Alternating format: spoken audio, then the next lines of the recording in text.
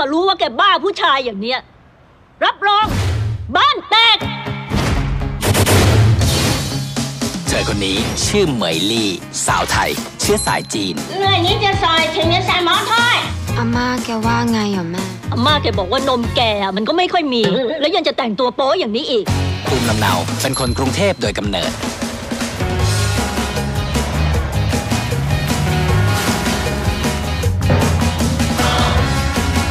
สถานภาพโสดแหมจำพี่เขาไม่ได้เหรอเอาวันลี่ไปเป็นเมียเหอะเอียอายุ30แล้วยังซิงอยู่เลยงานอดิเรกรัวมันไปโดนอะไรมาเนี้ย วายเท่าไหร่4แก้วเหรอขวดเฮ้ยลี่กลับบ้านเถอะพวกกูอยากรีบกลับไปฉลองวันไทยกับผัวว่ะนี่เพื่อนแต่งงานทั้งทีนะเว้ยรีบกลับไปไหนอะมึงไม่เคยมีแฟนมึงไม่เข้าใจพวกกูหรอกว่ะก็เพราะว่ากูอยู่กับพวกมึงนี่ไงถึงไม่มีใครมาจีบจะต้องเหงากันอีกนานไหมต้องนั่งท้อใจ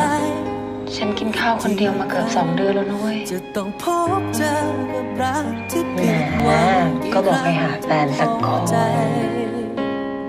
โปรดส่งใครมารักฉันทีอยู่อย่างนี้มันหนาวเกินไปอยากจะรู้รักแท้มันเป็นเช่นไรมีจริงใช่ไหมพี่ทำงานอะไรอะคะทำไมต้องทำตอนดึกๆด้วยอะ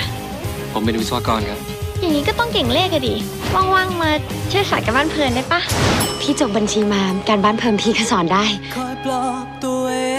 งต้องมีสักวันไหนแม่บอกว่าจีบผู้ชายก่อนมันน่าเกลียดไงเหรอฉันเคยพูดอย่างนั้นด้วยแต่ต้องรอไปนานเท่าไรโปรดส่งใคร